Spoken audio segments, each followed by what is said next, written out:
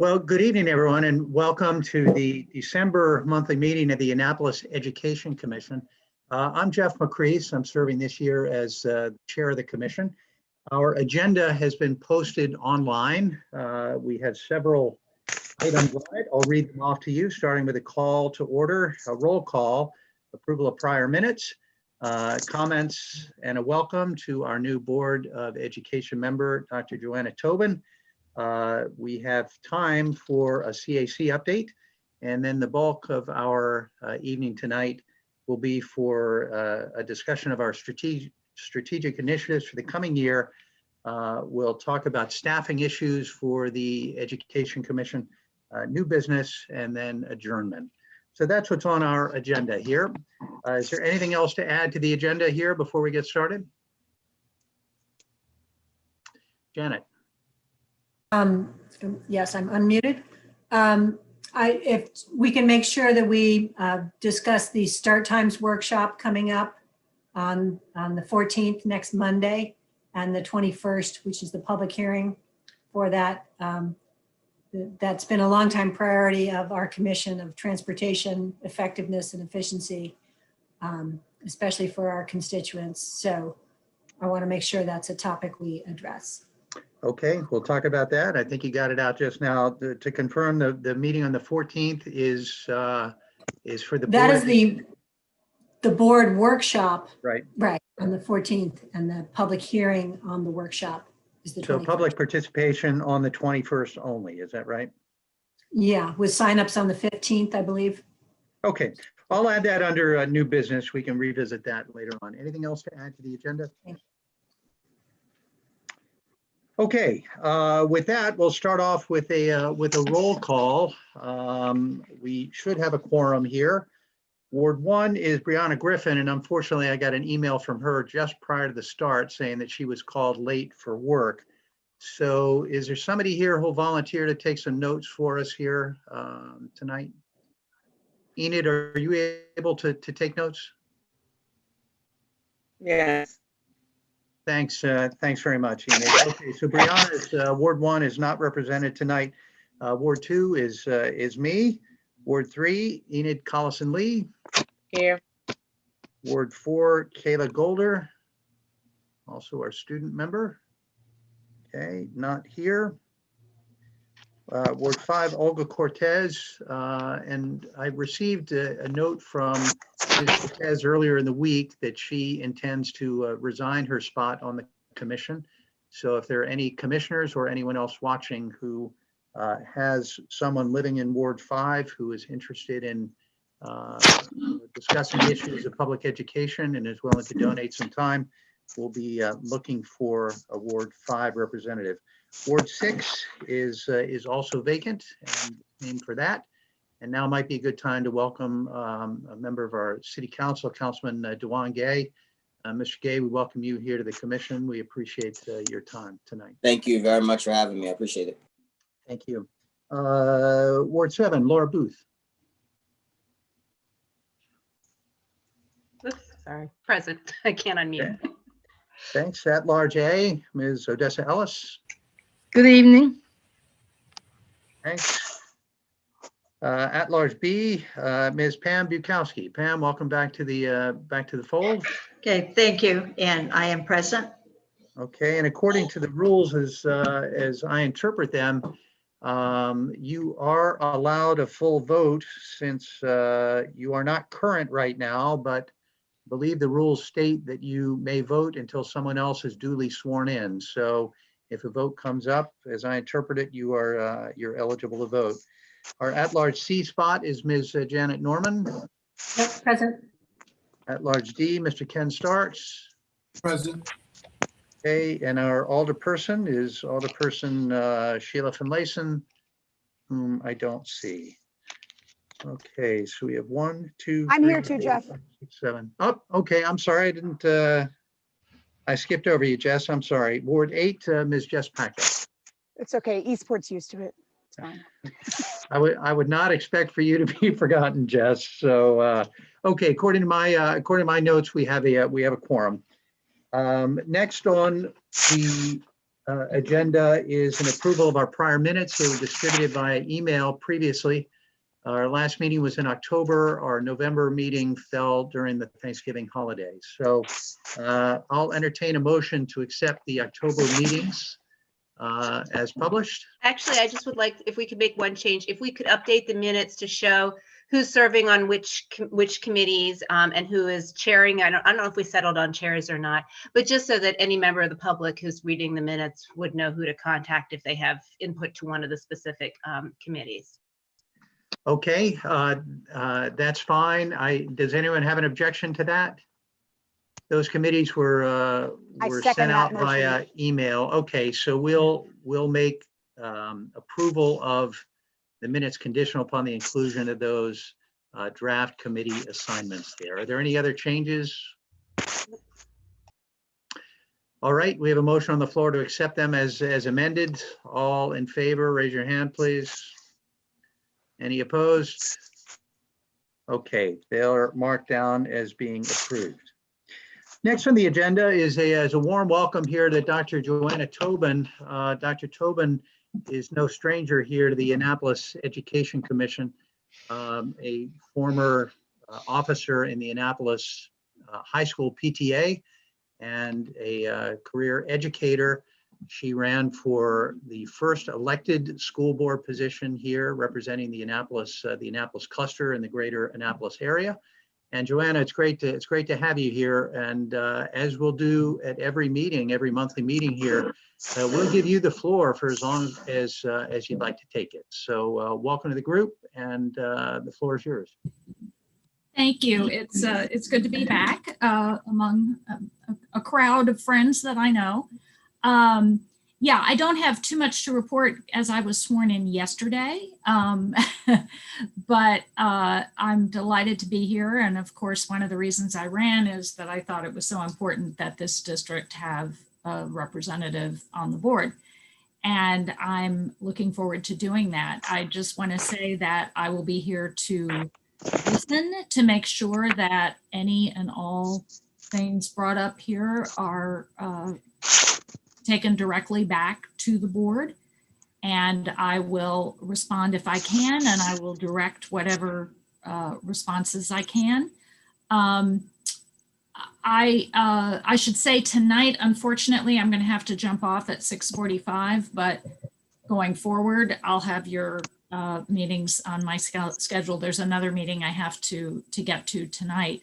But really, that's what I have to say. And also, it's already been mentioned, but there is a public hearing upcoming that, you know, I hope people will sign up for. There's spots for 100 speakers.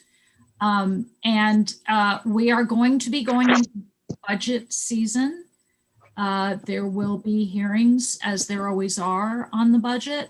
And so please use your voices and encourage others to come out and advocate for this district. We are, it's no surprise to anybody, going into some tough fiscal times, very likely. So it's all the more important that we hear from as many people and as many districts as possible, so that the decisions that get made are the most effective decisions that can be made, and that the resources get directed where they're really needed. So, so that's pretty much all I have to add this evening. But thank you for including me. I really appreciate it. Well, thanks, Joanna. Does anyone here from the commission have any questions or comments directed toward Dr. Tobin? Janet? Yes. Joanna, have they told you when you're getting an official email to contact you regarding board things? I believe Thursday-ish, I should have that. Okay, By good. the end of this week, certainly. Okay. Yeah. And have you been informed about how the board is working through the CAC instead of PTA and other things to provide feedback to the board on the reopening? I know that I asked as Annapolis PTA president that we be included on the parent feedback committee that Dr. Alado mentioned was being formed for reopening. Mhm. And they have not responded to that email request. Okay. I will ask and figure Okay. out what's going on, how that Yeah, process is working. Yeah. 6 days ago, 4 business Yeah. days. Okay. All right. I will. And And in the, just to make sure we get representation because we were left off the original 14 committees. Yeah. Thank you. in the comments, Dewan asked, are there any issues we should have our ears open for over the next couple of months related to school start? And that was going to be my question as well. You know, I think everyone took a deep breath after the, you know, are we, will we, how will it be type thing. And what I'm concerned about is that now, I mean, we're basically a month and 8 days in terms of school away from that decision again and what it's going to look like. And, you know, what are the different options look like? Have there been any changes made to those options? I agree with Janet. I think the representation, particularly in the Annapolis cluster as a whole, on those committees is pretty shallow because it's not there at all. I just think that we have, you know, obviously some needs and concerns that are different than the rest of the county. Obviously, there is need everywhere in the county, but ours just being a small urban area, being a more urban area than most of the rest of the county is just a different type of thing. Right. And so, you know, that is definitely something. And I just want to say thank you. I am super excited to have somebody representing us. I want to give a shout out to Dana Schalheim for all she's done. Yes. She's picking up that slack in the meantime. And I'm really glad that you're here to take some of that off her shoulders. Yes. So is Dana. Sure. Yes. I think, yeah. Yeah. And to essentially to both Janet and Jess's comments, I think it's absolutely clear that there's, you know, there are effects from not having that voice. And I will do everything I can to get that process going, that we make sure that we have equitable representation and we have an explanation for how that process is working. So if there are groups being overlooked, they're not overlooked. But I would say, Jess, I spent 6 hours in orientation on Zoom today. I'm spending another 6 hours tomorrow. I'm spending another 6 hours on Friday. So I'm, you know, the fire hose of information is coming thick and fast. And, you know, my slow little brain is trying to take it all in. I would say that I think everybody's aware of the encroaching deadline. And I don't know yet. We haven't had those discussions exactly what those plans look like.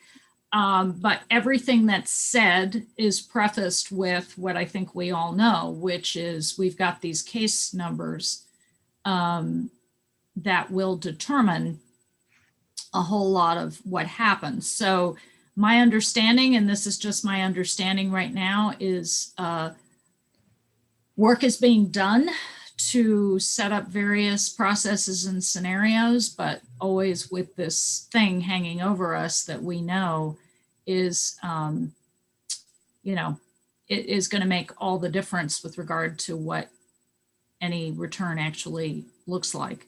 So I'm hoping to learn more in these next couple of days about where we are with that. I'm sure it'll come out in meeting. Obviously, a core part of every public board meeting now is a reopening update.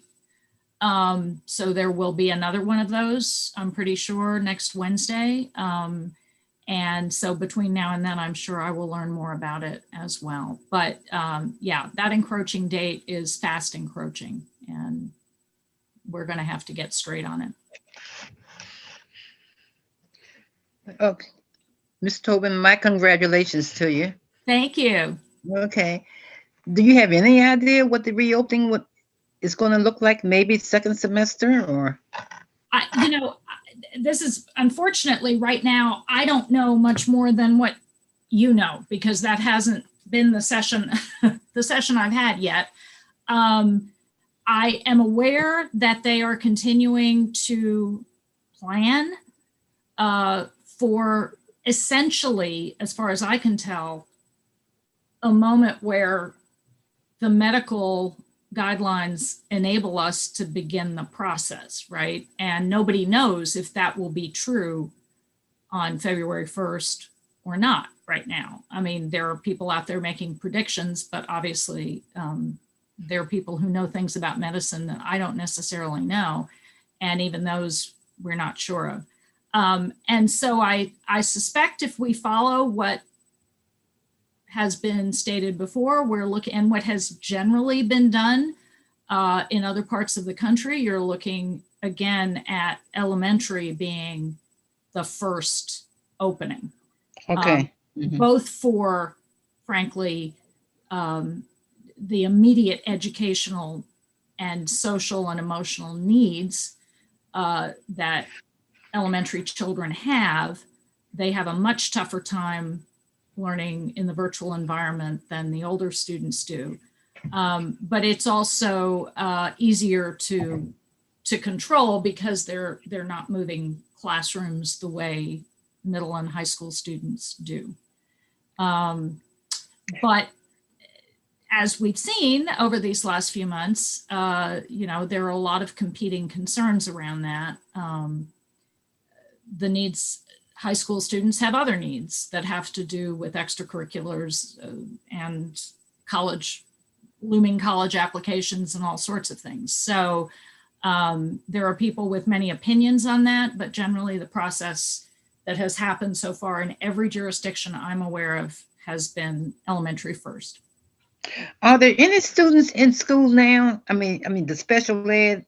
I'm told that the special ed maybe disabled students are in school. My understanding is they had to back out once these we're at 30 something now cases per 1,000, per 100,000. And so they really had to back out of a lot of those. And I believe almost all of them. There are some non-public, I think, where there may be some students in very particular programs, although I could be wrong about that.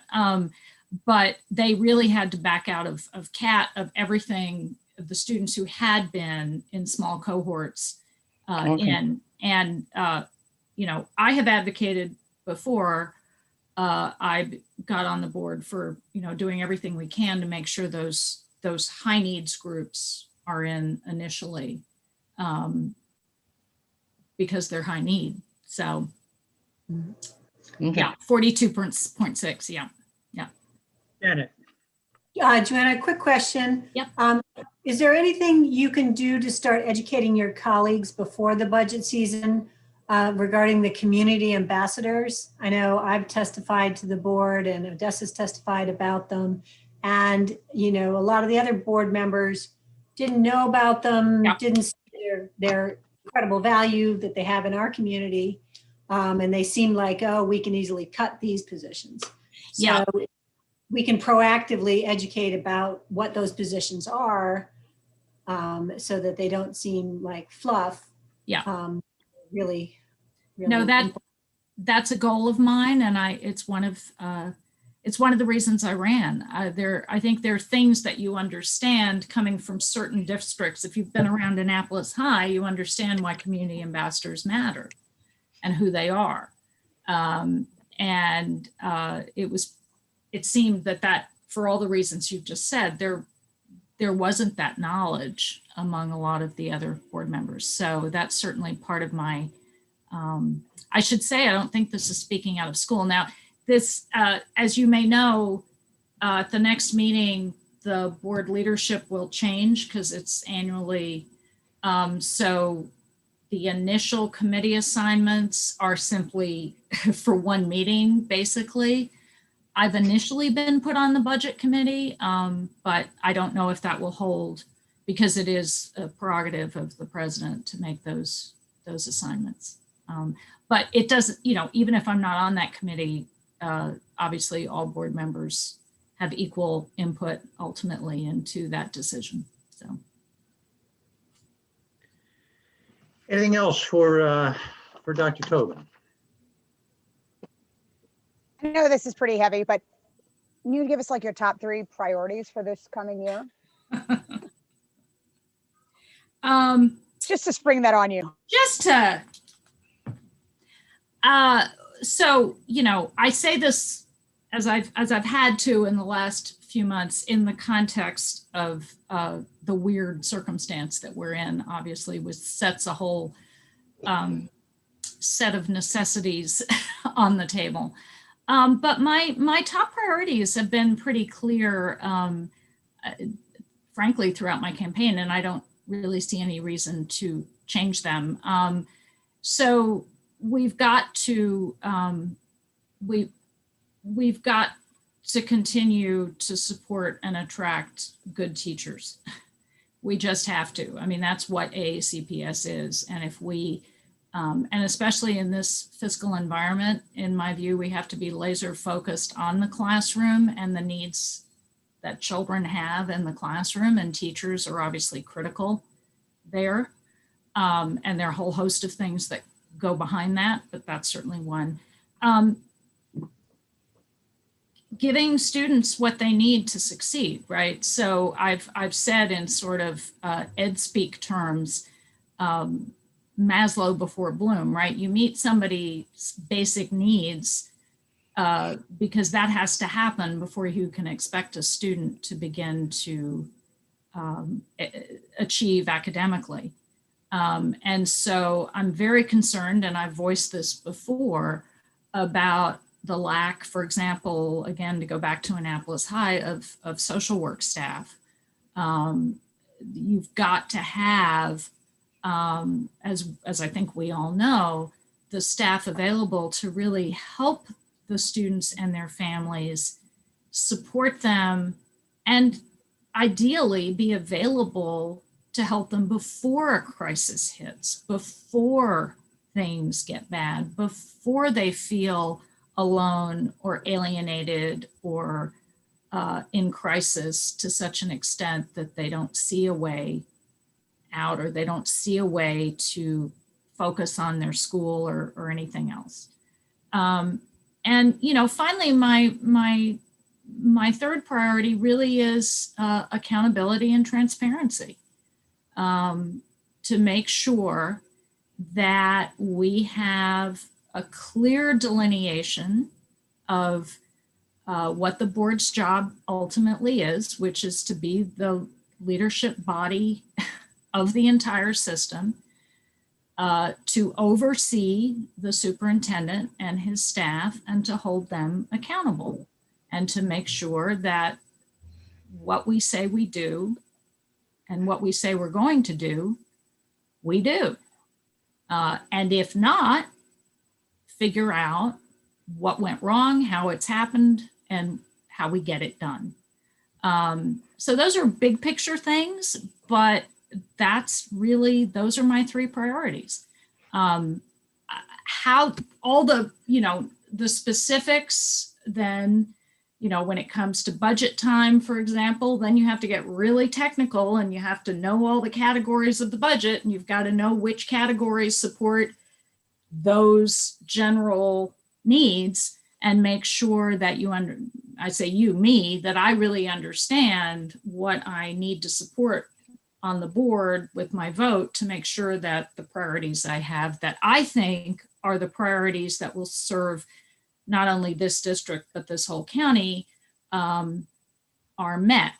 But it's also a huge priority of mine, and Jess, you and I have talked about it, and I think Janet, you and I have talked about it as well, to do things like this, be at these meetings, because I have those priorities, but if somebody is talking about something that could change those priorities, I want to hear it. I want to hear if there's something I'm missing, or if there's a particular I don't understand, or if there's a place that has not been heard. And by the way, all of you who represent, either a number of you are at-large members, but those of you who represent wards, in particular, if you have a community meeting, you think it would be valuable for me to attend and listen and hear what's being said, I will do my level best to be there, because I think that's part of my job.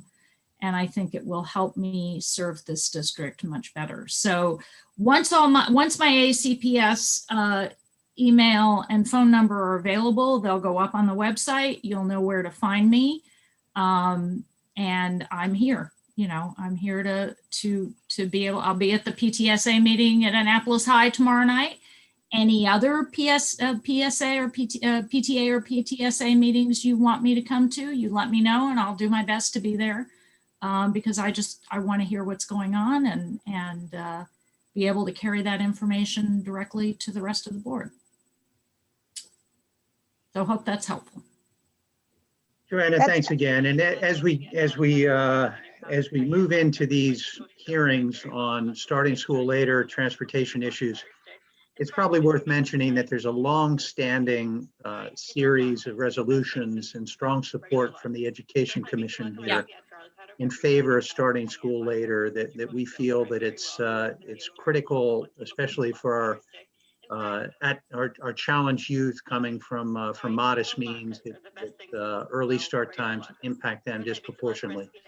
And the transportation issues that, especially over the past couple of years, have just been legion, that we are strongly in favor of supporting high technology approaches to routing that in the past have been done with pencils and erasers. So please keep that in mind, that we certainly, the commission here has a long-standing record of support for those initiatives. Yeah, and I would assume and I would hope that you, Jeff, and any others will once again testify. But I'm certainly aware of it. I've testified alongside of you. And I think it's important to make sure that we're hearing all of that. So, yep, thank you. I'm aware. Okay, great, I just Joanna. wanted to Well, say, yeah, Jess. Jeff, I just want to say one thing, Joanna, when you're talking about the social workers, I think, a perfect example of that is if you look at Tyler Heights, which was fortunately for Tyler Heights, a community school pre-COVID. And what the staff, because of the community school relationships and because of those family relationships, how they were able to help in the various steps and challenges along the way was really phenomenal. I think it's really been a success story, as something as small as the number of people that they had respond to their survey, which blew out every other school in the Annapolis cluster, except for maybe one, to the number of people they have showing up to their food pantries, the number of people that they had show up for their flu vaccination clinic. It was the most well-attended. Most of the other Annapolis cluster schools barely got anyone, and Tyler Heights had a line. So, I think the role that social workers and the community at large can play, and the benefits that a community school has. And I'm excited that, we have 2 more schools coming on board as community schools in our cluster. And, I think that's really important just to note. I am a strong proponent of using our money proactively, not reactively. I think in economic terms, it's frankly, your best return on investment. I think it's even more critical when you're in tight financial times. And I think Tyler Heights gives a perfect example of that. And I think I too am glad to see these coming online. I think, this is beyond our purview, but obviously the state legislature, there's work being done to overturn the veto of the blueprint for Maryland, and community schools are very much a part of that, and would expand, and blueprint would expand that. But I think what we've seen so far has been really good. And I think in this cluster, it's especially critical. So that is certainly something I will advocate for. All right. Well, thanks again, Joanna. We look forward to a long and productive and fruitful relationship with you as long as you're seated at the Board of Ed. So please let us know what we can do to help. I thank you. And again, my apologies for having to jump off, but thanks again. And I will see you at your next meeting. And Janet and Laura, I'll see you tomorrow night. So bye, everyone. Good All night. right. Good night. That's great. I've started reserving some time on the agenda for our CAC rep if he or she is able to attend. Last month, someone volunteered to reach out to them. Do we know, has that correspondence, has that communication been confirmed? I don't remember who volunteered.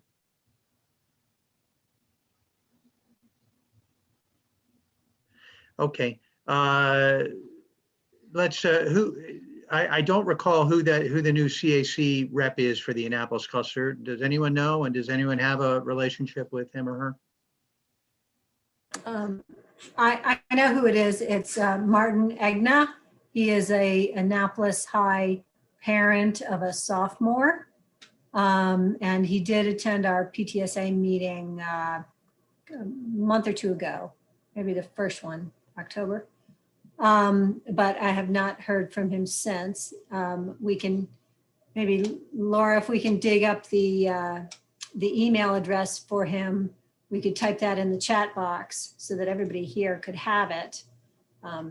The Board of Ed has finally given official CAC emails that you can reach them, but I have not heard an update from him. Well, we'll have a spot for him on the agenda if Mr. Egno wants to participate in these affairs. I think it would behoove us all for more crosstalk between all of these different stovepiped organizations. So we'll leave it there. Can you please give me his last name again for the minutes? I couldn't understand you. Sure. It's EGNA, Martin, EGNA. Okay, great. Well, the bulk of tonight, I envisioned continuing our discussion that started back in September, continued into October, and that's strategic initiatives for the coming year. If you recall, and as I just sent forward in the chat box, we identified 6 areas back in September of potential initiatives that we want to explore. Those initiatives were talked about in a little more detail on October. And I'd like to go through each one of them. First, I'm going to read them off, and then we'll go through them one by one. And we'll see what has transpired since our last meeting. And there are a couple of things that I'd like to ask for you all to think about as we go through these one by one. First, what's the key idea? What's the chief action that we want to try to accomplish? Next, who of the people who signed up for that, who could chair this movement going forward and take the lead on these actions? And then, are there some other people or other organizations that we want to strike up a relationship with regard to these initiatives? And then, we'll continue to work on these as the months roll by. Okay, so to read all these off one by one. Number one was a charter school or a target program for lower performing students. And Ken Starks, Sheila Finlayson, and Ms. Odessa Ellis signed up for that. Number two, low performance and proficiency level at promotions, meaning the promotion from elementary up to middle, and then from middle to high school, and then finally graduation. That's Enid Collison-Lee, myself, and Jess Packler. Third, career pipeline and vocational preparation. Enid Collison-Lee, Ken Starks, Sheila Finlayson, Odessa Ellis, Laura Booth, and Janet Norman signed up for that as well. Number four, bilingual facilitators and support for English language learners. We had only Jess originally sign up, but we'd encourage other people to consider joining as well. Number five, transportation concerns and the walking radius limitations. And Jess, as part of your previous volunteering for Transportation Committee. You're the only one who signed up for that, but again, we'd encourage other peoples to do so. And then finally, number 6, school start times, a closely related initiative related to transportation. Jess and Laura and Janet. Now, I know Pam, you're back on board again as a committee member. We'd ask you to think about which areas you'd like to get involved with. And I believe Kayla wasn't able to make it, our student member and member from Ward 4. So if you think there's an area collectively that she could bring her talents to, please let's mention it, and we'll ask her if she wants to join that group. Okay, so what's the key action to get done? Who can chair these initiatives, and who else, what other group to reach out to? Enid. Jeff, yeah, I think Pam sent the email to us. Pam, didn't you send out an I email? did, yeah, I Okay, did. yeah. And you, And I was willing to help Jess with the 2 initiatives where she was the sole that's what I thought. Okay, person. okay. Thanks, Pam. Okay, so for the record, that's Initiative 4, the bilingual facilitators, and Initiative 5, transportation concerns in the walking radius. Okay, thanks very much for volunteering there, Pam. Okay, well, let's start off with initiative number 1, which is a charter school or target program for lower performing students. Ken, Sheila, and Odessa. Ken, could we maybe turn it over to you and Odessa for your thoughts and how to move forward? Odessa, you want to go first? Oh, okay. Well, we haven't met yet, so I think maybe over the holidays we'll get a chance to meet with Sheila and decide, what direction we need to go. The only thing I'm concerned about right now is who Biden's going to pick for Department of Education secretary. I'm so afraid that he's going to pick the lady that's been past president of the NEA, because the NEA tend to be anti-charter. But so hopefully we'll know something by the new year, by January. And in the meantime, I guess, Mr. Starks, you and I and Sheila will meet and discuss our strategy or plans. Absolutely. We haven't met yet, Jeff. That's what we're saying. Okay, Ken, anything to add?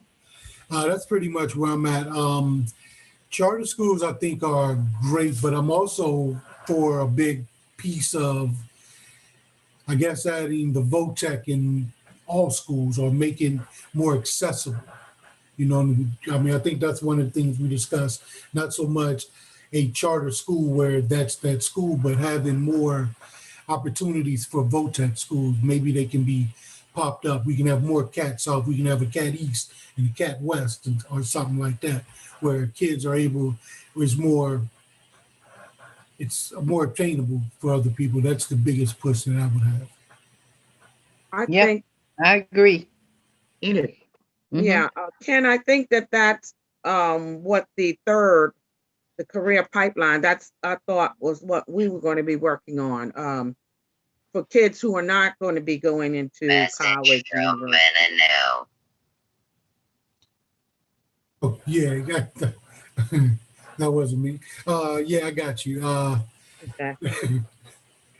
Yeah, that ties in. But I guess with the so I guess with me with charter school, I don't know if that's a big piece for me because I don't know if I have a strong enough urgency for charter schools. I guess I'm more into the VOTEC for the pipeline. Does that make sense? Odessa, are you taking the lead on that? Are you the chair of that? I think that the three of us need to discuss that, But, my question is, how do you see my face? Am I doing something wrong here? Do I do this? Can you see me now? No? If you go, Odessa, are you on your phone or are you on a computer? I'm on a Chromebook now. Ms. Okay, House, on the bottom left, you should see something that says start video. It looks like a camera with a red line through it. Yeah, And I if you saw click that. on Okay. If you click on that, it should bring you live. Okay, I'm clicking on it, but let me see. All right, I won't hold the meeting up, but it's not, I'm doing something wrong. Oh yeah, it says use your camera allowed. Okay, now maybe it'll work. There Okay, you can you go. see me now? We Oh, see I you. see myself with my red hat on. Okay. All right. I think that over the holidays that we'll meet with Sheila and then we'll decide, what direction to take and who would be the person to take the lead, if you don't mind. What you think, Mr. Starks? That makes sense. Okay. That sounds good, Odessa. Thanks for the update there, and to Ken as well. Okay, number 2 is low performance and proficiency level of promotions with Enid, Jess, and myself. We talked a little bit earlier this afternoon about some of these initiatives, and here's what we came up with. I've reached out a little bit earlier to Ms. Carlisa Finney, who is the former head of equity initiatives here in the school system under Dr. Maxwell. And Carlisa was part of the Office of Civil Rights negotiated settlement discussions that had gone on for, 7 or 8 years or so, and then seemed to drop off. I've reached out to her, seeing if those discussions are still going and if she might be able to offer some additional guidance as to who the correct people are to talk to. And that type of discussion, there were periodic meetings between the school system having to do with metrics, specific metrics, concentrating on disaggregated minority performance in the schools. And I thought those conversations provided a good spotlight for focusing on some of the ongoing continued challenges that the school system faces, but we aren't seeing any movement, any progress on some of these great gaps. So we're waiting to hear back on that from her. In our talks with Jess and with Enid, we talked about maybe reaching out to establish a relationship with Dr. Maisha Gillums, who's the current head of equity issues at the school system. Jess, I'll yield to here in a minute, had a couple of ideas on ways that we might take sub-performing students and ramp them back up to a higher level before they start the next major milestone. So Yeah, why don't I turn it over to you to see what, if you maybe share some of your ideas and if there's any feedback from the group. Sure. So I think, in our discussion, and we talked about it in the last meeting as well, that a lot of times when we talk about the passing through without proficiency or the lack of, reaching milestones, we talk about the high school level, but really it starts, in elementary school, and where kids are being promoted to 6th grade without really reaching all of the milestones that they need to really succeed in 6th grade and then beyond. So, and then it just snowballs, right? So if you're going into 6th grade and you haven't, met the milestones for 5th grade promotion, and then you're in 6th grade and then you're behind, and then you come to 8th grade and it's the same thing. And there's not a lot of leeway really for students at this point for 5th grade students, for example, to, they don't really get held back. Very rarely are they held back, and they don't go into 6th grade. And that's for a number of different reasons. Part of which has to do, and a lot of times with age, and, you don't want these old kids in elementary school and, move them on and try to catch them up in 6th grade, but 6th grade is so hard. So one of the things that we talked about, and I've done some research on and talked to some other people about, is basically almost like a prep school concept, so that if you're finishing 5th grade at your elementary school and you're not there you're not ready for 6th grade quite yet, whether it having a program, and I use the example today, like NAPS, where you go there for a year or for a semester. Jeff mentioned maybe a summer program, though I feel like sometimes with summer programs, people don't take advantage of them as much as they could. So you go somewhere for a year that gets you prepared to actually get into 6th grade. And then same thing for kids leaving 8th grade. If they're not ready to be in 9th grade, but they're ready to be out of middle school, having that type of program so that when they enter 6th grade or when they enter 9th grade, they're really prepared to succeed at that level and then move on to the next level.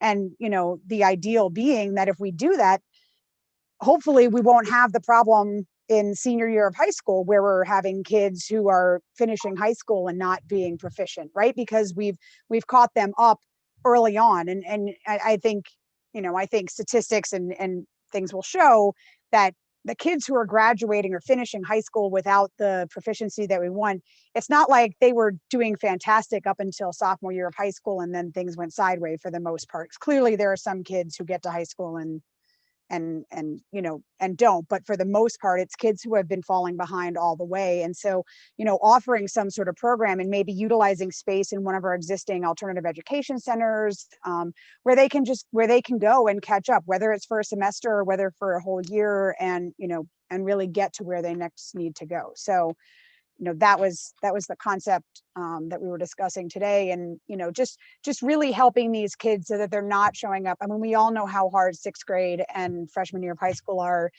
when you're at the top of your class and really succeeding. So, you know, making that transition when you're already falling behind is a billion times harder. So, you know, that kind of idea. And then Jess. Yeah. Thanks, Jess, very much. So we'll continue this discussion. So we've already identified a couple of people to bring into the discussion, and we'll try to meet as a subcommittee sometime before our next meeting at the end of January. I'll take the, unless Jess, unless you or Enid want to take over as chair of that, I'll go ahead and continue to take the lead. Although Please I'm feel happy to yield if either of you two want it. Enid, are you sure? Okay. Okay, I'll take it. Okay, group number 3, career pipeline and vocational preparation. Enid, Ken, Sheila, Odessa, Laura, and Janet. Any of you want to kind of provide an overview at first? Janet, are you do you feel comfortable doing that? Sure, I can just let you know what we've done through the Annapolis High PTSA. It has been one of my big goals to diversify the information flow. I think one of the big things when you get to high school is that some people, you know how to take advantage of programs, and other parents and guardians haven't heard about those, don't know how to, you know, push and track their kids into something productive and rewarding for them. So we have grown our Facebook page a lot, 200 members over the past fall and spring. And so we're having a lot of postings from the signature program folks. Becky Burhogan and Laura Mish are posting some really great, you know, there's construction hiring seminars, there's you know, Marine Works trade shows, there's HVAC school scholarships and opportunities. So they're posting a bigger diversity of items for any different career track. And I'm getting some of our folks, just parents, to translate things into Spanish on our page, just like Jess is doing an amazing job at the middle school, Annapolis Middle School PTA page, getting everything translated into Spanish. And I'm trying to, wherever we can, translate all our posts into Spanish so that a Spanish parent can say, hey, oh, look at that, and know that. I also reached out to the local Army enlisted military recruiter, and I had him post on our page, you know, what's the process? What are the steps for contacting a recruiter? Like, what do you have to do in order to line up a job by the end of graduation in June? And what kind of jobs are there and stuff. So he posted all the steps of what you would do, because I know from my own dealing with my own kids and stuff, it's that stumbling block when they don't know how to ask the question, they don't know who to reach out to, they just freeze and don't do it. So if we can get them into, these are the steps to get somewhere, to ask something, to attend a program. We got to unlock the steps for as many people as we can. Great, thanks, Janet. And Ken, let me ask you, I mean, since you mentioned before your interest is vocational training, with this initiative here, career pipeline and vocational preparation, do you have anything to add, your thoughts? I actually was really liking what Janet said. I think information along with implementation of doing something like you want to build those alternate schools. However, in the meantime, pumping all this information from various sources is imperative, because that way the parents get the information, they can trickle it down to the kids, and doing it in Spanish also helps. So I like that movement. I think it's part of, I mean, it's not just one thing that has to be done. It's a stream of things, and that goes with the whole process. So I think they coexist. Ken, could we ask you to take the lead on this, you and Sheila working together? Sure. Okay, we'll do that. I know Sheila's very interested in that, but I presume with her other city council commitments, we'll need somebody else in her absence. So we'll turn to you, you and her both. All right, Janet, I'll be leaning on you. Don't be surprised when I reach out to you, Janet, okay? Gotcha. Anything else on this bigger idea of vocational training?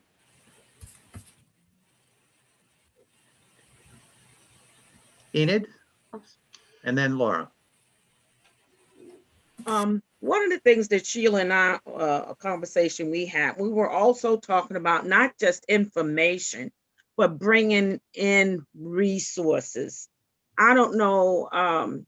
I see signs saying they need plumbers. I see this sign. It's been, I know, a year, 2 years that down here, the refrigeration company needs somebody. And I know they have a career day, but I thought that, like Janet, along with maybe some of the things that the PTSA is doing, that could also have some resources. These people need people interested in these fields. So we also have to bring the community in to say what they need, and you know, how we can get those kids into jobs once they are leaving high school.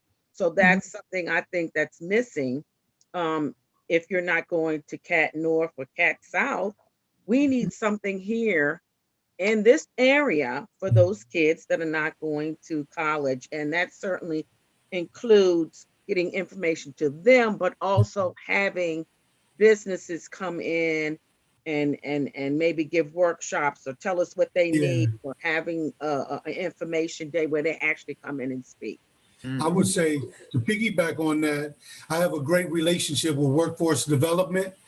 And over the summer, into the end of the school year, into the summer, got like 15 kids who graduated without a plan, and now they have career jobs because of that.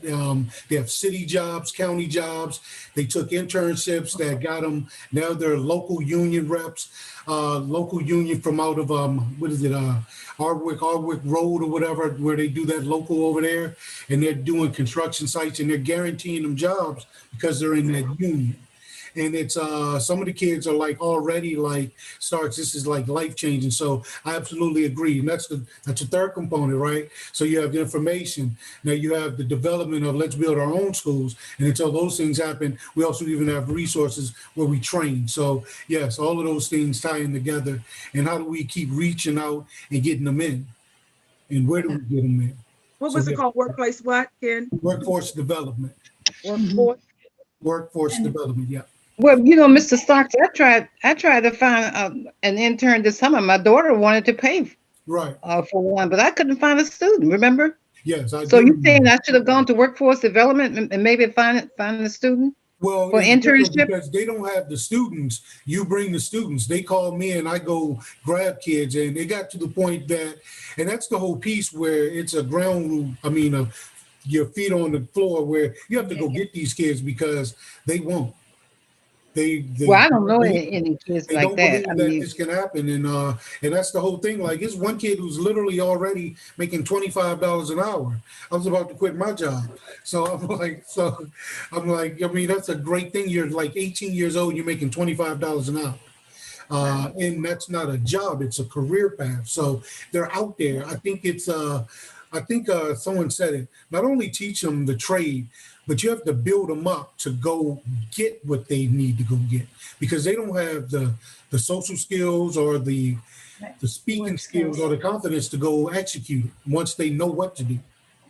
Mhm. But who's going to be that person that's going to be the go person to go to find the student? Because this summer, like I said, my daughter was willing to pay a contractor or someone a salary to teach a student over the summer for a summer job, but I couldn't find one because I didn't know it. You know, Odessa, probably Becky Hogan, who is the avid Yeah. signature Who? coordinator. Becky Burr Hogan, Hogan, is the Annapolis High signature program coordinator. oh, okay. Yeah. Yeah. I apologize. And I have to run. I have another Zoom meeting. Okay, But I just I'll- want to Thank you, Ken. emphasize Ken's points that I totally agree. It's about making the networking connections, and every other district has those where they slot their kids into networked connections that their family has or their community has, and we've got to be the boots on the ground doing that for our kids. Yeah, because I grew up in PG County, and right after I graduated, they had this program where kids interned at Goddard Space Flight Center, Yeah. who went to Duval or Eleanor Roosevelt. And they literally were 12th graders who were secretaries, mailroom clerks, and all of that. So they had a pathway into a government job right out of high school. And they didn't even have to go to college, because once you get a government job, you can just ride that all the way up to whatever level, you know what I mean, as long as your education provides. So Yeah. it's just those opportunities. Janet, we have college fairs frequently at the high school level, but how often do we have vocational fairs for for workers who are looking to continue right into the workforce after graduation? Well, Ms. Hogan actually, for the first year that I've seen, they're really pushing and advertising hard on all these different fairs. The HVAC fair, the construction trades fair, the maritime things. So they're really diversifying and reaching out on many of these trades opportunities and job fairs. There was a trades Excellent. job. Excellent. Laura, I think you had your hand up. Yeah, the one thing I wanted to say is that for a lot of these programs, I think it's really important that we don't wait until the kid is, in the December of their senior year to look at these opportunities. First of all, we know that we're losing students, they're dropping out before then. They don't see any point in to sticking it out and getting the high school diploma so that they can, move ahead if they want to go into, say, like an apprenticeship or something like that. And I think it's important, we need to figure out how we can reach out to those kids earlier in high school, freshman, sophomore year, so that they understand what opportunities are available to them. And also making sure that for the apprenticeship programs, like I saw Steamfitters 602 posted something on, or Ms. Hogan posted something from them on our PTSA page. There are certain math requirements that they have to get into that program, or that would make them, if they are remedial on the math, it makes it harder to get into the program, and it makes it harder to succeed in the program. So making sure that we hook up with these students, that we expose students to this information earlier on, not waiting until senior year, so that they can make sure that they're getting the encouragement to continue in their math classes, so that they have, they've at least finished algebra by the time, they've graduated, by the time, so that they are able to graduate and have the skills that they need to succeed in a program like that. And I don't know off the top of my head, how early on we're doing any of that at the high school level. Well, that's something I'd like to find out more about and see what we can do there at Annapolis High this year. I think the problem is the middle school. Even younger, yeah. What happened? Okay, I think the problem is the middle school, that the students, you have to have a certain grade requirement in order to enter into those vocational programs. Well, like So Cat South. we need to really look at the sixth graders, I guess, into the middle school. Hmm? You mean like a Cat? I'm sorry, I didn't hear. They have to have a certain grade point Hello? average to get into Cat South. Oops. Right. Yeah, exactly. Yeah. Well, I think we also need to continue to advocate for more seats in our CAT programs. There's only I think it was 140 some seats in all of CAT South, which serves Annapolis High of 2,000 students, South River, and Southern High School, I think, all feed into CAT South. So yeah. we've got like 5,000 kids and only 144 seats, at our CAT South program, if that's the number sticking in my head, I could be wrong, but it's not enough Right. for the number That's of right. students that need that need that type of training. So I think we need to continue to advocate. I know there's, space is limited just because, you can't build that many automotive labs, but that's something we can definitely advocate for going forwards, especially with working with Joanna. That's right. Okay, Enid, you've had your hand patiently up here to you. Yes, I have two things. One is I happened to see in the chat where Dewan said that he went through the dental program and that after that he did not know what to do, or they didn't. I just can't see that. So when we visited CAC South, it seemed like they had a program to follow up on in each of the trades or professions that they were training the kids in. Dewan, you're not that old, so it couldn't have been that long ago. So what I'm wondering, I think somebody needs to find out, or if they need, we need to help them. If, for instance, if there's a dental program, we need to find some dentists or some agencies where they can go a couple of days a week and volunteer and see how that actually works, and to actually have something, someone or something to help them transfer from CAT South, from the program that they've been successful in, into an actual job. That seems like the whole purpose. I don't know why there's a missing loop in there.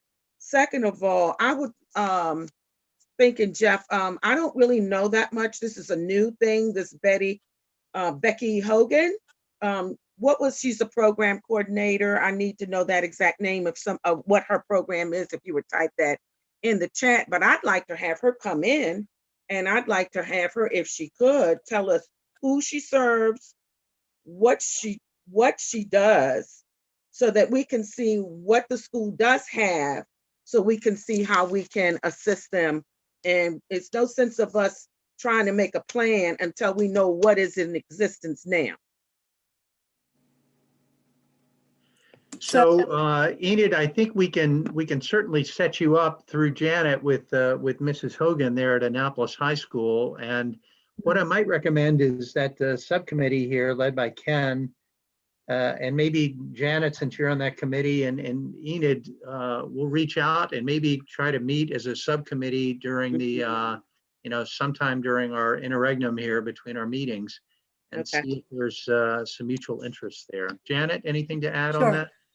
I just wanted to say, so each of the high schools has what's called a signature program. So like Broadneck High's signature is environmental.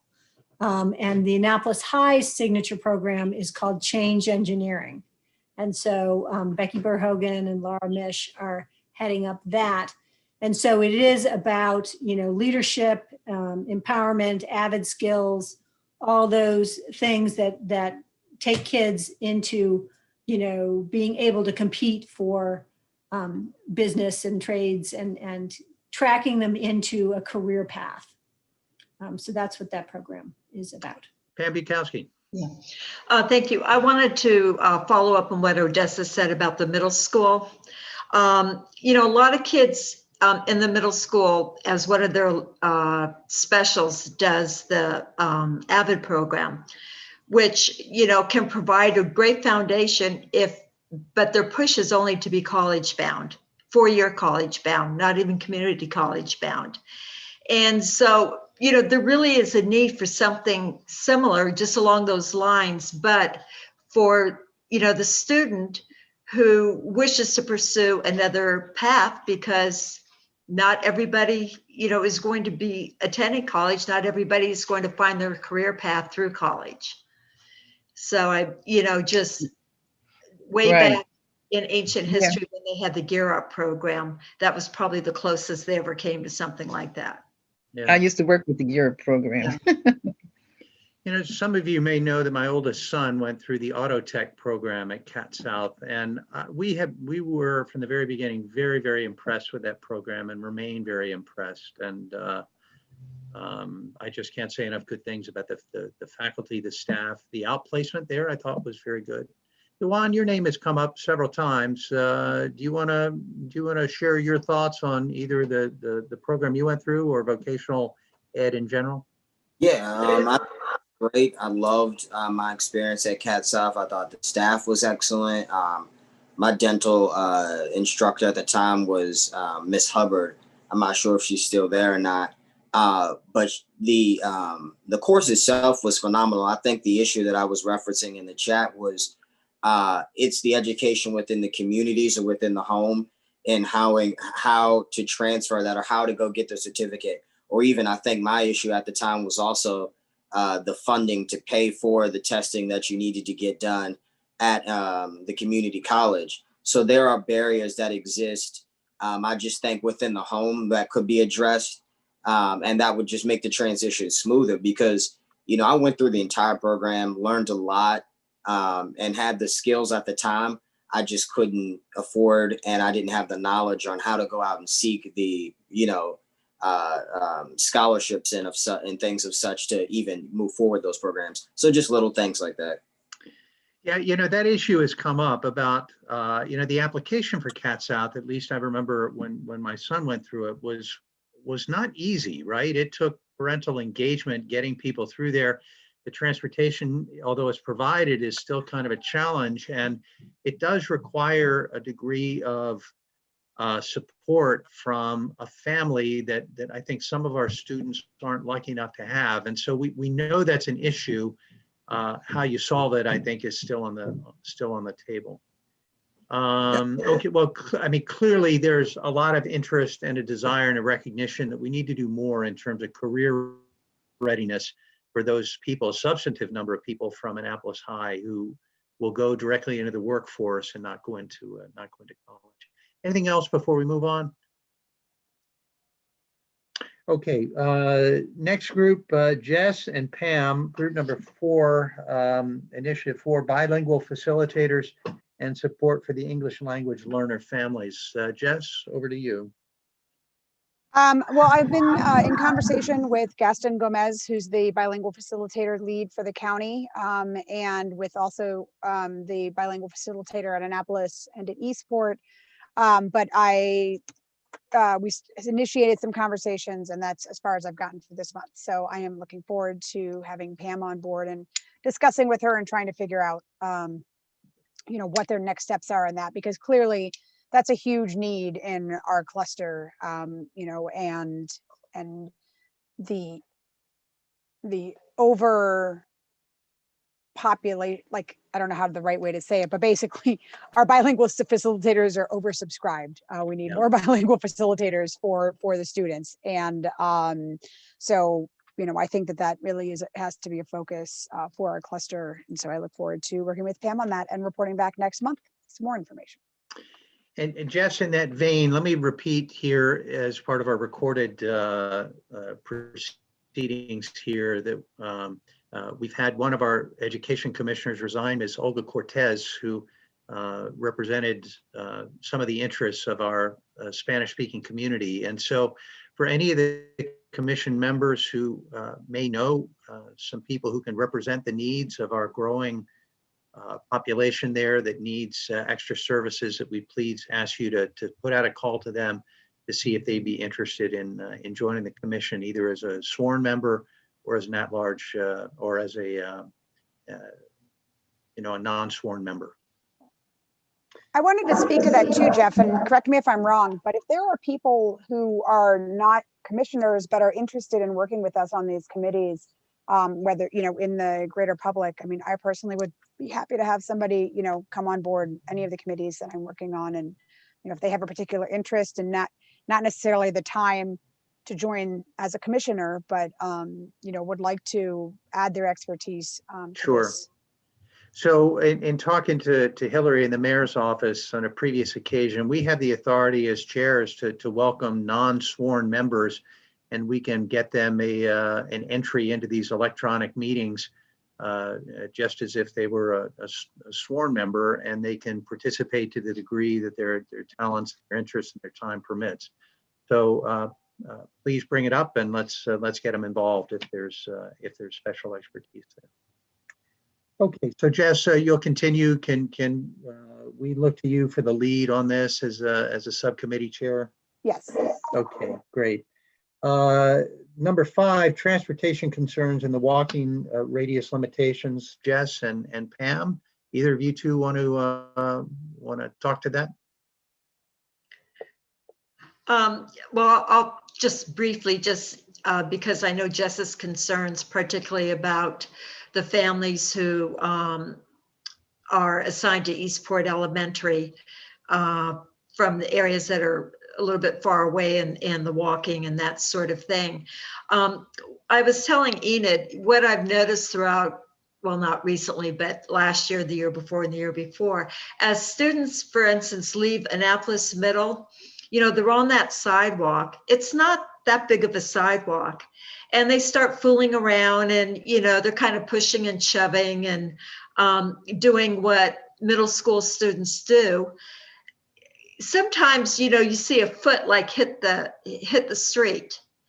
And because Forest Drive has no shoulders, has, 3 lanes made out of 2 and things like that. So, I mean, it's pervasive. I live in a community with no sidewalks. And there was a time actually when my own kids were in middle school. So this would have been in the mid-90s to mid-aughts, when the board decided that many of us in Hillsmere live within the limit to be walking to Annapolis Middle School.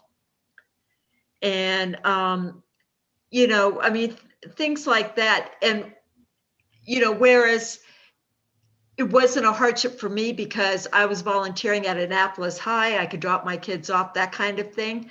But I'm, not the majority. I really am in the minority, to have that luxury and to have those resources. And so again, I mean, I remember just talking about, the families who, if it's raining on a cold, snowy day, their kids aren't going to be going to school, Right. And Pam, I would follow up with that, now that it particularly with Annapolis Middle, the Harbor House, Eastport Terrace, 1000 Madison is on the bus route, but Harbor House at Eastport Terrace, most of Harbor House and all of Eastport Terrace, as well as pretty sure Bay Ridge Gardens, all are within the walking distance. They do not get busing, and Harbor House is at the 1.5 mile line. So those kids who live in the Harbor House apartments on the Madison Street side are walking 1.5 miles to and from school each day. And we discussed this last year at one of our meetings, and a comment was made that it's a lovely walk, and it's a lovely walk on a sunny September afternoon. It is not a lovely walk on December, 8th when it's 32 degrees outside. And, and you don't have an option. Like you said, if your parent has to get up early and go to work and you're responsible for getting yourself to school, you don't have an option. And so, I think exactly what you've said, and that's a big part. And a 1.5 mile radius might make sense in other clusters. But again, as I mentioned earlier in the meeting, Annapolis Cluster it's a different cluster. We have different needs, and we have different community, and we have different sidewalks. I spent a lot of time today talking to Dewan and to Ross, the alderman for Ward 6 and Ward 8, about the crosswalk. Well, today and the last few days, the crosswalk on Tyler and President Street, which has no lighting. And, this time of year, if we were in school, it's dark by the time some of the kids are coming home after clubs and things, and there's no lights, there's no notification that that's a crosswalk, and adults almost get hit there. So, certainly with kids crossing there, the sidewalks along President Street too, some of the large things are very small. Sidewalks are non-existent in a lot of the areas that are still considered safe walkable areas. And so, I think that those things and identifying those things. So in 2017, we did a survey. I did a survey about pedestrian and school safety. And Pam, I'll send it to you what I have so far, but I've updated the survey with the intent to get it out there so that as we move back into going to school and being active and going to school, we can really figure out where, the greatest needs are and what the city needs to do. And if there are some areas where the needs are too great for the city to fix them, or for the county to work together with the city to fix them, then, do we need to say to the county, look, I get this is in the 1.5 mile radius, but it's not safe. We had that issue when they tried to make the families along Forest Drive walk to Annapolis Middle School. And there are similar issues on the Bates side of things. There are similar issues where kids are, being told that they can't take a bus to school, even though they're, like you said, walking in areas with no sidewalks and they're busy areas. And so, I think that there's a lot of concerns with transportation and concerns with how the busing is done in the Annapolis cluster, and safe streets, safe sidewalks at all levels, from elementary school on up. And then with high school, in terms of the busing and transportation, are we making sure that our students, because none of our students, or very few of our students can walk to Annapolis High School? And are we providing, right? I think the community right across the street from Annapolis High School. Yes, for the interest of time here, let me let me finish one. I was just going to say, are we providing enough transportation for the students to do the after school activities, and make sure that we are being equitable and offering access to everything using transportation, so that our students are getting the best opportunity to be their best students? That's all. Sorry, Jeff. So it's clear that transportation is going to remain a critical issue here. So between Pam and Jess, who wants to take the lead on this and serve as a committee chair, subcommittee chair? I can take the lead, or we can co-lead. Okay, so Pam, we'll turn to you for updates, Okay. who to get involved, et cetera. Janet, you had your hand up. I just had an urgent request that perhaps the commission as a whole could submit a comment on the opportunity gap report. It just closed yesterday, but I'm sure we could get it in to the county executive. They were soliciting comments on that report, and for our cluster, transportation is the opportunity gap issue, and the chronic absenteeism then weighs down all the scores of all our schools, and then people reject those schools because they see a low score. So if we can, Janet, are you able to draft something up while we're meeting here in open session? Maybe not while we're meeting in open session, but I could circulate it to everybody tomorrow, or I can try. Okay. Well, if it's some type of a resolution, we need to get it done while we're meeting here in public session. Okay. All right. I'll try. Okay. Otherwise, it will just go out under individual names, not as. Okay. I'll try and come up with a motion in the next couple minutes. Okay, very good. Let me see. So thanks, Pam, for taking that on. The last of the 6 initiatives is school start times. We've got Jess and Laura and Janet. Laura, you seem to be most clearly connected to that. You want to talk to that? Only because I have a teenager who's really loving the 8:30 start time. All right, raise your hand if you've got a kid at the high school and you're liking the 8:30 start time. You're not in your house, Jeff? I'm going to have a high schooler next year, so I'm really excited that we chose it. We remember the 7:06 start time and the 7:18 start time. So anything after that would have been a success. So Laura, any key? No, we've got these two. Yeah, the 2 dates I think are the most significant coming up. We've got the December 14th date, which is the working group where we can just listen in, which is easier these days thanks to Zoom. But then on the 21st, they will have, or on the 15th, like the day after the public session, they will open up and we can all put in. And I do encourage anybody who has a high school student or have your high school student sign up to speak in that slot as well, because I think the more that they hear from the students, just personally, anecdotally, my son is actually, getting up on his own without having a parent go in and nag him. He's getting a better night's sleep. His grades have all gone up. He's a happier, healthier kid right now. And I think most of it is due to the start time. And I think I've heard anecdotally again from a lot of other parents at the high school that have said the same thing, that, COVID stinks. The kids are missing out on a ton of stuff, but the new start time is great. So anything I think that we can do to continue to And this is it's another equity issue as well, because most of our, we have a lot of students who work. Most of those jobs are like restaurant work and things when we're in non-COVID times. Those kids are getting to bed late and then they're having to get up early in the morning for school. So again, I think that contributes to the absenteeism and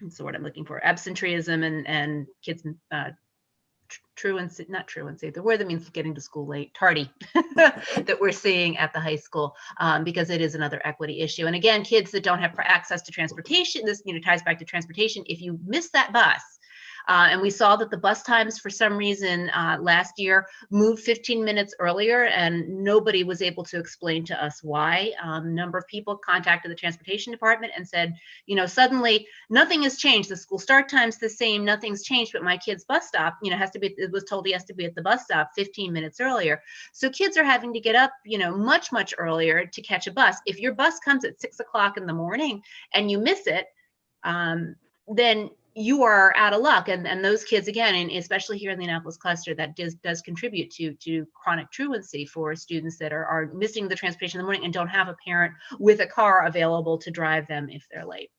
Okay, Laura, can you head up that subcommittee then on start times? Sure. And Janet? there is something that you want to send out to our broader 300 member mailing list that we generally reserve for meeting announcements. Can you draft that up and then I'll send it out, or Brianna can send it out from the Annapolis Education Commission meeting. Janet, you had your hand up. Can we do the same with the transportation survey?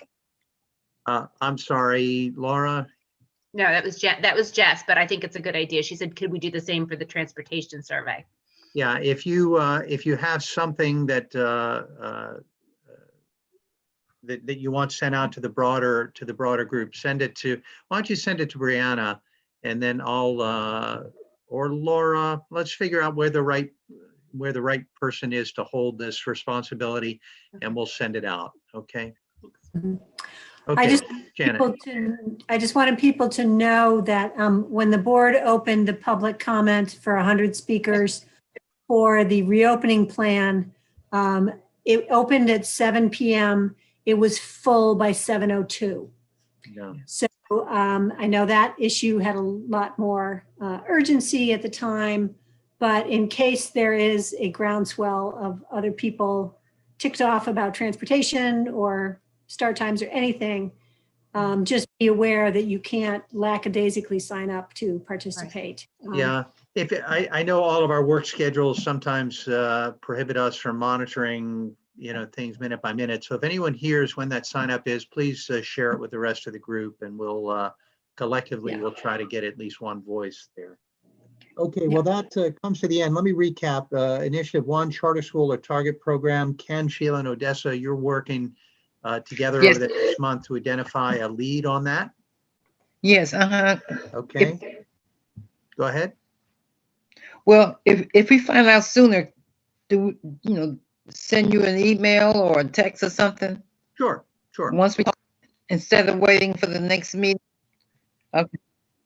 Yeah, absolutely. That's fine, Odessa. And if you think there's something that you want to share with the group, please feel free to share it with everyone. Pam, you had your hand up? Yes, I'd also like to join that committee. Okay. Thank you, Pam.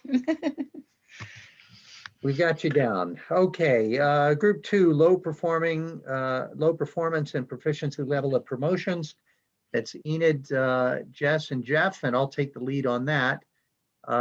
Number 3, career pipeline and vocational preparations. Ken is going to take the lead. Subcommittee members Enid, Sheila, Odessa, Laura, and Janet. Group 4, bilingual facilitators and support for English language learner families. That's Jess and Pam. With Jess taking the lead. Subcommittee 5, transportation concerns and the walking radius limitations. Jess and Pam, with Pam taking the lead. And number 6, the school start times, with Jess, Laura, and Janet, with Laura taking the lead. Okay. Has anyone not signed up? I think everybody's there somewhere. And we still have the labors of Kayla. our Ward 4 rep, and Sheila. Sheila, welcome. Why don't we just got finished discussing our 6 initiatives. And Alderwoman Finlayson, why don't we turn the floor over to you if you have anything to bring to the group's attention? Well, I do first of all apologize for being late. I had another Zoom meeting, of course, and I've left that one early to try to get into this one. I'm not sure what kind of information you're seeking from me at this point. Anything specific, Jeff? No, just wanted to give you the opportunity to put anything out if you wanted to from the vantage of the city council. Nothing specific.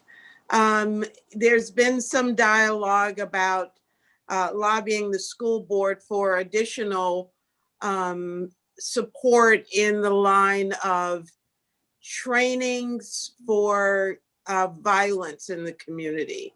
And that may come to this committee at some point. But other than that, there's nothing really new, unless you have specific questions. But thank you. Great, thanks. Okay, so we'll move on to the next item on the agenda, nearing the bottom of the agenda, under old business is staffing. Janet, I think we've kind of addressed your concerns here. Looking at the staffing report for the commission, we have 2 vacancies from Ward 5 and Ward 6. So those are both open. And Hillary from the mayor's office confirmed that Ms. Pam Bukowski will be re-sworn in as the at-large B representative. So Janet, do you have anything to add? No, I just, we have not had representation from that, even if we've had official members, we have not had representation from those wards in a long time. And if we can press with utmost haste in getting them filled and voices contributing. All right, great. Well, Alderman Gay, we would very much like to have a voice from Ward 6, and we'd ask if there is anyone there in your circle that would be interested in advocating for the ward on these education issues. We'd love to hear from him or her. And I'll reach out to the new alderman in Ward 5 as well. Great. Thanks very much, Hillary. Alderwoman Finlayson. Yeah, I was going to ask about the other candidate, Ina, and her name is escaping me, Grace Matthews. Has she been, what's the status? Her application has been in 3 or 4 times, and we, for some reason, can't get her confirmed. So any word about Grace's application, or, Yeah. you know? I have her resume now in hand, so she is on my docket to take to the mayor this month. I can update you once I've spoken to him. Okay. Well, if there needs to be an endorsement, I'll be more than happy to do that. I know Grace very well. Thank you, Sheila. Thank you. Do we have a representative from Ward 7? Is that, okay. Because I know some of the aldermen include information in their newsletters. So, you know, even if they don't have a representative on the commission, information is getting out. So that's a good thing. Thank you. And sorry, Laura, that I didn't remember. That's okay. I can follow up with Rob though and make sure that, because he does send out a very nice newsletter. So I can follow up with him.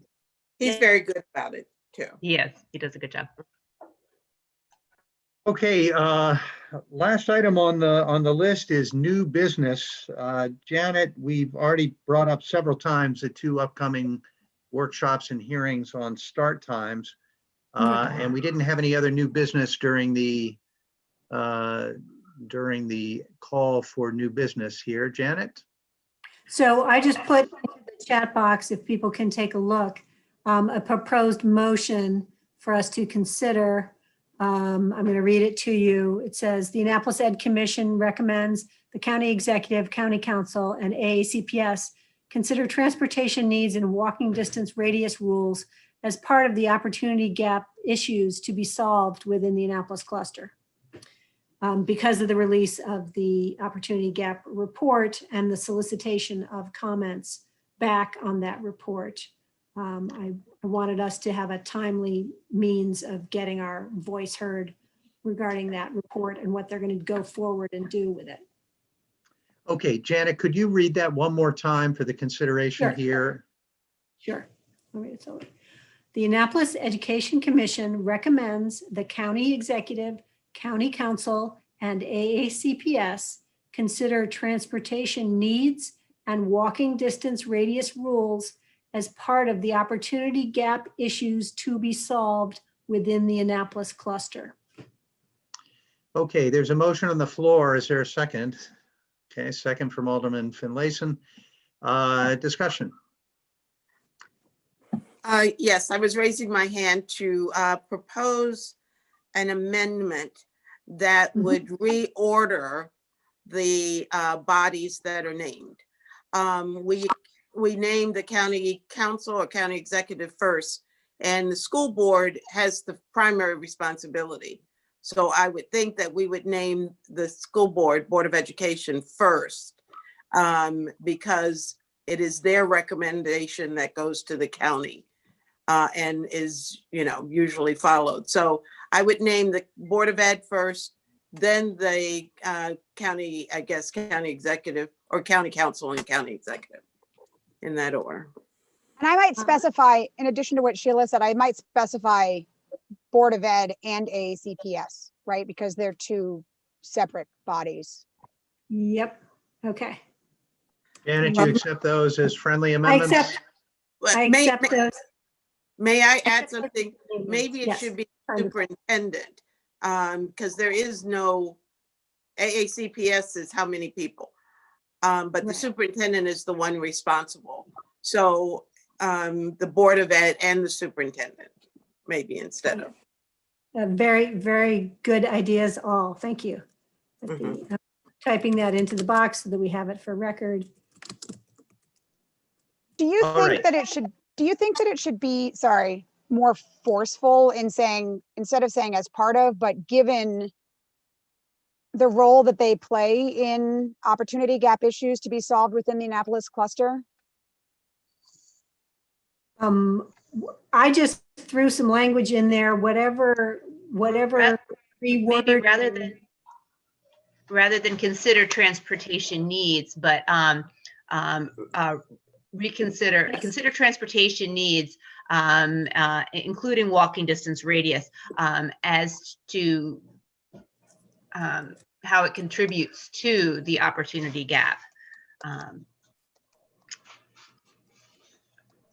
Right, but I mean, basically pointing out that transportation is actually it's not just that it's part of, we want to consider this at the same time as that, but that this actually contributes to and helps to perpetuate the opportunity gap within the Annapolis cluster. Okay, is there further discussion on this motion? I just put in what I was like along what you were saying, Laura, include transportation needs and walking distance radius. So it'd be that would come ACPS include transportation needs and walking distance radius rules given their contribution to the opportunity gap within issues to be solved. So instead of consider, recommend include. No, you could say consider it as part of the rules, given their contribution and their contribution to the opportunity gap. Are the changes being made in the chat box? I'm not seeing any changes. Yes. She's writing them as. Type faster, Janet. Yeah, but no. It's hard because you can't copy and paste from within the chat box, which is so annoying. Yeah. Okay. I'm going to read the motion as taken with all the lovely friendly amendments that I agree with. So the motion is proposed says, the Annapolis Education Commission recommends that the Board of Education, Superintendent, County Council, and County Executive include transportation needs and walking distance radius rules given their contribution to the opportunity gap within the Annapolis cluster issue, Opportunity gap. given their contribution to the opportunity gap issues to be solved within the Annapolis cluster. How about transportation needs, comma, walking distance radius rules, comma, and their contribution to the opportunity gap within the Annapolis cluster. That's good. Sure. Yes, I'm not producing my best English effort on the fly here, and I can barely see. Okay, Janet, do you have a smooth copy to the point where you can read it now before we proceed to a vote? Barely. Okay, let me try. The Annapolis Education Commission recommends that the Board of Education, Superintendent, County Council, and County Executive include transportation needs, comma, walking distance radius rules, given their contribution to the opportunity gap. Laura, can you help me with this? Yeah, the Annapolis Education Commission. All right, so transportation needs, comma, walking distance radius rules, comma, and their contribution to the opportunity gap within the Annapolis cluster. Okay, but we're not then you've taken out the wording of to be solved. We want this, don't just consider it, don't just put it right. To be solved. Consider those. Alderwoman Finlayson. I have to agree with Jess that it doesn't have a direction. We want them to consider instead of taking consider out. Taking consider out. Okay, We want them to solve. Maybe if we say, name all the people, the walking distance, given negative impact on the opportunity gap. Okay.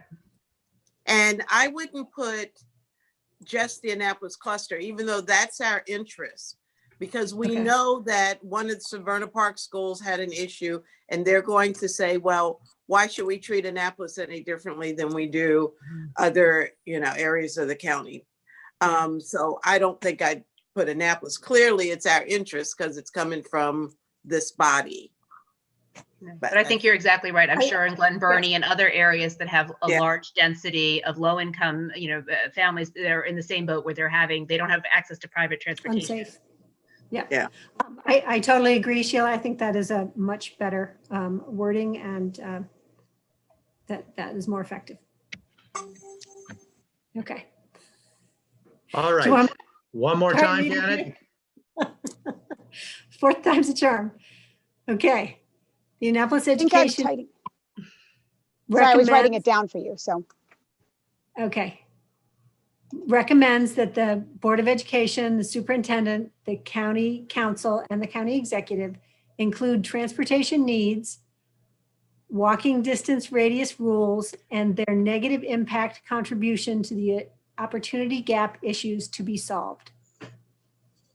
Okay, sorry. Here's the English teacher. Sure, that's it. Bring it I on. wrote that. I was like, there's a word that doesn't wrong. work. Take out the commas, put the and before the walking distance radius rules and their negative impact. Because the negative impact is not a third item. It's not a third thing, it's a consequence. Although then you don't need the comma technically. Right, you don't. Because it's not a full sentence. Yeah. Okay. Can we agree that is the? We can fight out the comma later. Yes. That's great. That's great. Sorry, Jeff. You saved my butt, Jess. Thank you. Okay, I remembered to copy it the first time, so then I could just keep pasting it and redo it. I couldn't do it that way. Okay, are we ready? One last time, a clean read. Okay.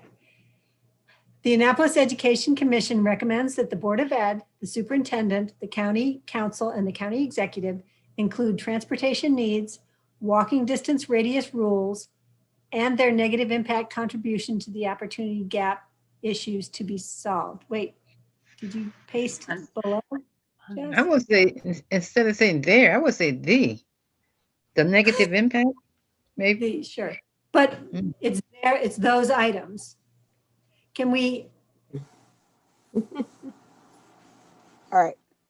So the Annapolis Education Commission recommends that the Board of Ed, Superintendent, County Council, and County Executive include transportation needs, walking distance radius rules, and The negative impact contributions. is there, and the negative and the subsequent negative impact contribution on the opportunity? impact. I would Right, something say- like that. I would say Yeah. opportunity gap and then end the sentence on their negative impact on the opportunity gap. Period. Walking distance radius rules. And the negative, right, that's what and the negative impact On the opportunity gap. on, so like this? I don't think we need issues to be solved at the end Oh, because. right, we're I meant to just- take that out, sorry. Yeah, we're just saying it's this. I this would is say what- opportunity gap issues. Oh, on the opportunity gap, okay. Mhm. Then I think we do need to say their negative impact. Or we could, Transportation needs and okay. walking distance radius Yeah. rules. we Are could we say not- transportation needs and walking distance radius rules and how they impact and how they negatively impact the opportunity gap. Right, something like that. It clarifies that better. Because it says these two things are not, it's not a third thing, but these two things and contribute negatively to the opportunity gap. Mhm. Impact. I was just trying Opportunity to gap. move them from Yes. planning, let's consider issue A, B, C, and D to actually please solve issue, walking distance radius issue in our cluster. So I was hoping to urge action on tangible walking distance rules and transportation. Well, that's why I think we say include rather than consider, right? Right, Because yeah. then we're Yeah, not, I yeah. mean, they could say, oh, well, we considered it, haha, like, now we're asking them to specifically include it. yeah, and solve it.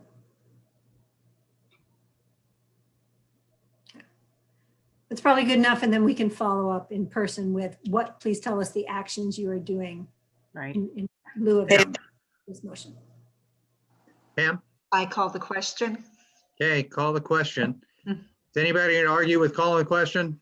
I don't think so. Okay. do not. Can we proceed directly to a vote then? So Janet, let's read it Yes. one more time. Jess, is the wording up there? Yeah, just scroll down to the bottom. It should be there to everybody. Okay. The Annapolis Education Commission recommends that the Board of Education, the superintendent, the county council, and the county executive include transportation needs and walking distance radius rules and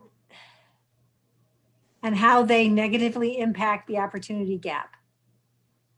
Okay, that's the final draft. The question's been called. We're going to go to an up or down vote. I don't think this is very contentious here. Why don't you give me a hand up if you are in favor of this? Okay, is there anyone opposed? We will make you draft it if it's opposed, right? Okay, so I'm showing a unanimous approval on that. Very nice. Laura, you've got authority to send that All out right. to the people who Yeah, need to as the Jess, go corresponding ahead. secretary. Yeah, Jess, go ahead, send it to me. And Jeff, I know we talked about this before, but could this come out from the Annapolis Education Commission's This- email?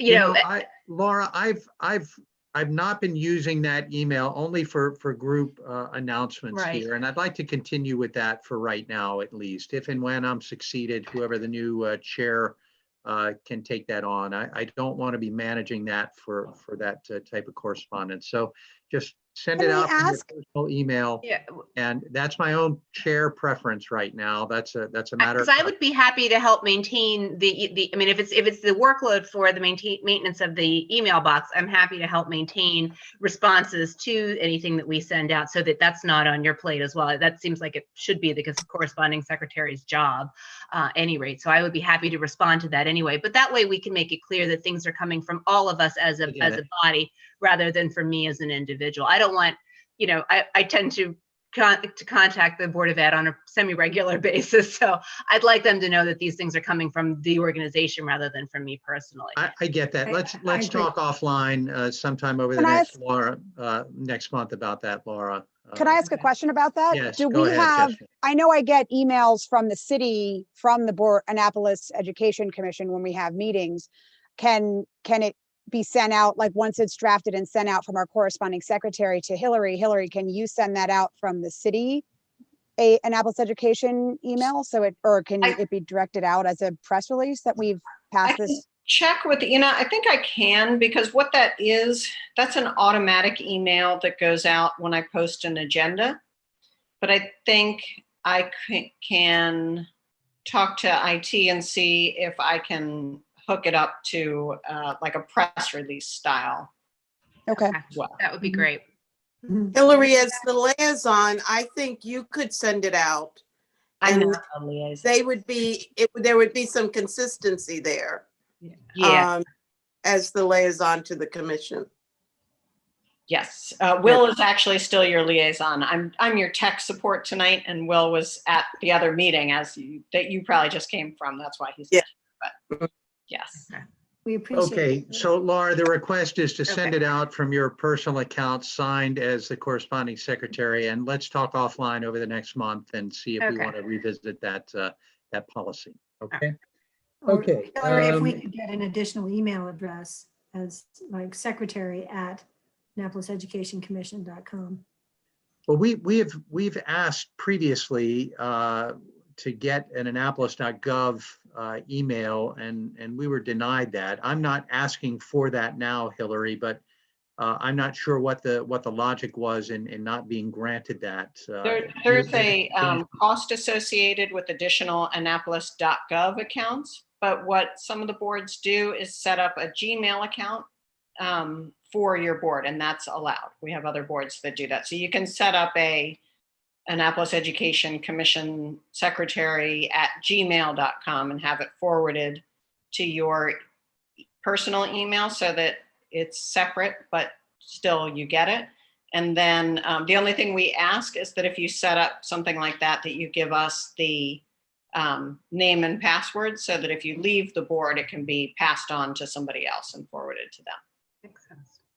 Okay, Seems got like- it. And Laura, we'll talk sometime over the holidays about that. Okay, thanks. Okay, is there any other new business?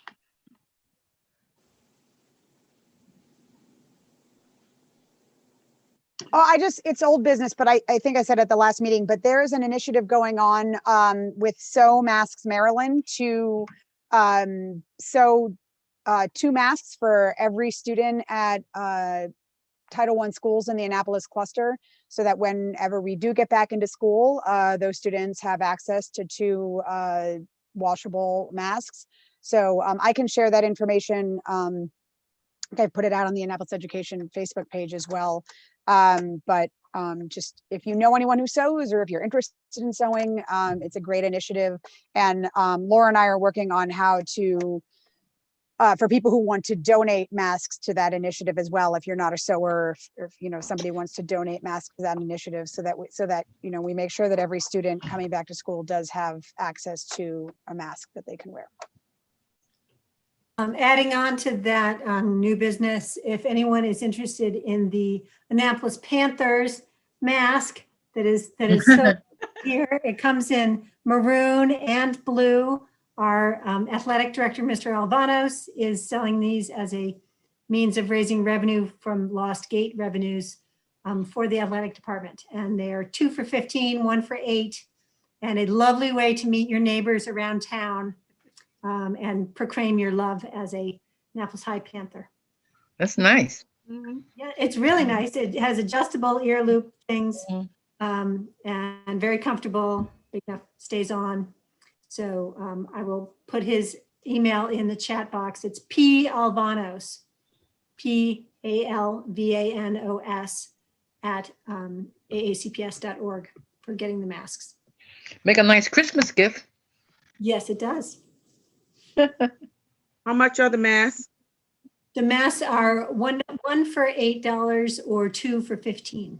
And they come in blue or maroon. Okay. And Jess, what was the other initiative for 2 masks that you were talking about earlier? That's for Sew Masks Maryland. There's a Facebook group.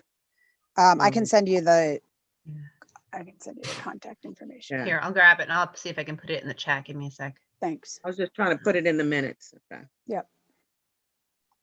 Okay. So there's Mr. Alvanas. While they're doing that, any other new business or shameless plugs for holiday gifts or anything else? This is Panther Love and Safety. All right. All right, I threw that in there, Janet, for you. And then Thank I'm you. looking for Sew Masks Maryland. Hang on, that's the Facebook.